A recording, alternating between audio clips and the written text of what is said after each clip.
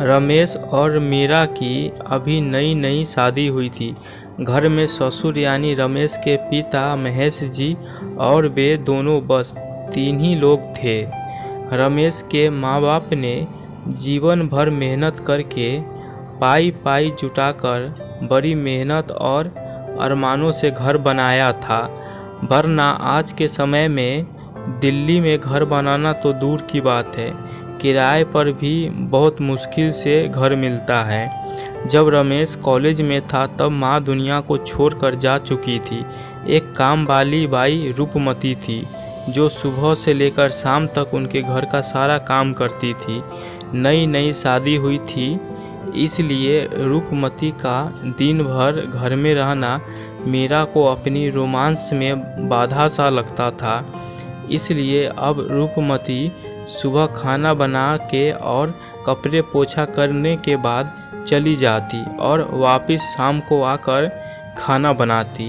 रूपमती के न होने से दोपहर के टाइम कई छोटे मोटे काम दिखाई देने लगे, जिनमें से ज़्यादातर काम बिना कहे महेश जी ये सोचकर कर लिया करते थे कि बहू को मदद हो जाएगी, लेकिन बहू सोचती कि ससुर को औरतों के काम में दखल देने की आदत है। एक दिन मौका देखकर मीरा ने रमेश से कहा, क्यों न हम बापूजी को कहीं आश्रम में भेज दें, उन्हें भी अपने उम्र के लोगों का साथ मिल जाएगा, हमें भी अपनी रोमांस के बारे में ज़्यादा सोचना नहीं पड़ेगा। रमेश ने मीरा को बातों पर ज़्यादा ध्यान नहीं दिया।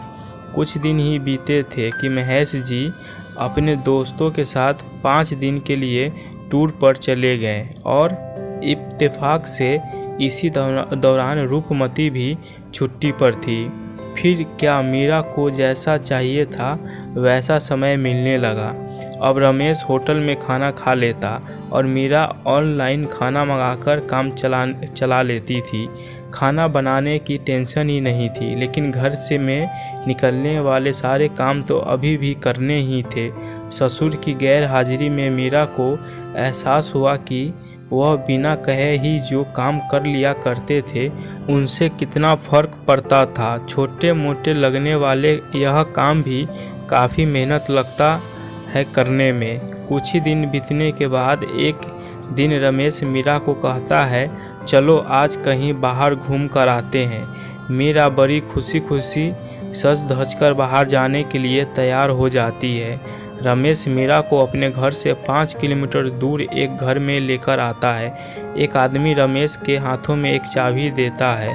रमेश उस चाबी को लेकर घर का दरवाज़ा खोलता है। दरवाज़ा खोलते ही 2 रूम वाले उस छोटे से अंधेरे से भरे घर के अंदर रमेश मीरा को लेकर जाता है और कहता है, कैसा लगा तुम्हारे हमारा नया घर।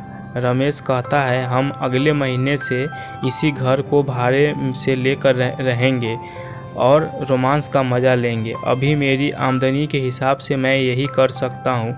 रमेश का यह व्यवहार मीरा को समझ में नहीं आया। वह चौंकते हुए कहती है, हमारे पास अपना इतना बड़ा घर तो है, फिर क्यों हम भाड़े से रहेंगे। रमेश उसे टोकते हुए कहता है, सोच समझकर बोला करो, वह घर हमारा नहीं है, वह माँ और पिताजी का है। तुम्हारे पास 10 दिन है सोचने के लिए कि तुम्हें आगे क्या करना है। दोनों वहाँ से वापस अपने घर लौट आते हैं। पूरे रास्ते मीरा के दिमाग में तरह तरह के विचार चल रहे थे। घर पहुँचते ही उसने रमेश से कहा, माना कि यह घर माँ और पिताजी का है, लेकिन क्या हमारा इस पर कोई हक नहीं है। रमेश ने कहा, बिल्कुल है, लेकिन माँ और पिता के बाद जब तक वह है तब तक तो नहीं है। अगर तुम्हें हक समझ में आता है तो तुम्हें जिम्मेदारियाँ भी समझ में आती होगी। सिर्फ हक के बारे में सोचकर और अपनी जिम्मेदारियाँ भूलकर स्वार्थ होना क्या भला अच्छा होता है। मीरा के पास रमेश के इस सवाल का कोई जवाब नहीं था। वह सोचने लगी कि उसने अपने सुख के स्वार्थ के लिए इतने नीचे गिरकर ऐसी घटिया सोच अपने दिमाग में आने दी। उसे मन ही मन पछतावा होने लगा। मीरा रमेश से बोली, मुझे माफ़ कर दीजिए, मैं सच में स्वार्थी हो गई थी, मुझसे बहुत बड़ी गलती हो गई है। रमेश बोला, तुम्हें पछतावा हुआ, मेरे लिए यही काफ़ी है। मैं तुमसे गुस्सा नहीं हूँ। बेटे और बहू का यह बात महेश जी दरवाजे पर खड़े होकर सुन रहे थे। उन्होंने आसमान की तरफ देखा और बोला, भगवान आप धन्य हो जो आपने हमें ऐसे बेटे को दिया है। उन्होंने दरवाज़ा खटखटाया। बहू ने दरवाज़ा खोला तो उनके हाथों में पकड़ी थैली से गरम गरम कचौड़ी की सुगंध उसको आने लगी।